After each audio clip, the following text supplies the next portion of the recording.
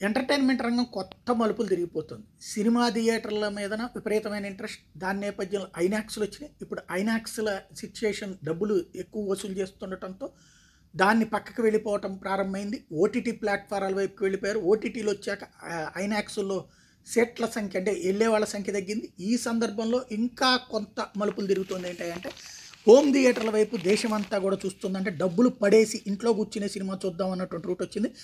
ప్రస్తుతం Dolby Atmos ఆరో 3D DTS X audio formats ద్వారా ఉన్నాయట. ఏది స్పీకర్లు కూడా ఉన్నాయట. థియేటర్ ఫీల్ కావాలనేటువంటి దాంట్లో స్క్రీన్లు ఏర్పాటు చేసుకున్నారు. లేజర్ ప్రొడక్టుల వైపు జనం మళ్ళుతున్నారట. దేశవ్యాప్తంగా చూస్తే ఏటా సుమారు 1.25 లక్షల హోమ్ థియేటర్లు ఏర్పాటవుతున్నాయి. ఒక తెలంగాణ ఆంధ్రప్రదేశ్లో 5,000 యూనిట్లు విక్రమవుతున్నాయట. ప్రత్యేక అనుభూతి కోసం కోట్లు ఖర్చు చేస్తున్నారట సంపన్నులు.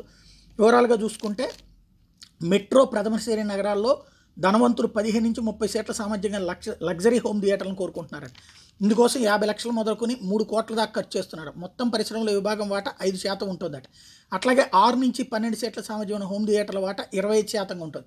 వాటికి అయ్యేవేం 15 నుంచి 50 లక్షల శ్రేణిలో ఉంటుంది. ఇక ఎకానమీ విభాగంలో 5 నుంచి 15 లక్షల వేలలో 4 నుంచి 10 సీట్లతో హోమ్ థియేటర్లలో ప్రజలు ఏర్పాట్లు చేసుకుంటున్నారట.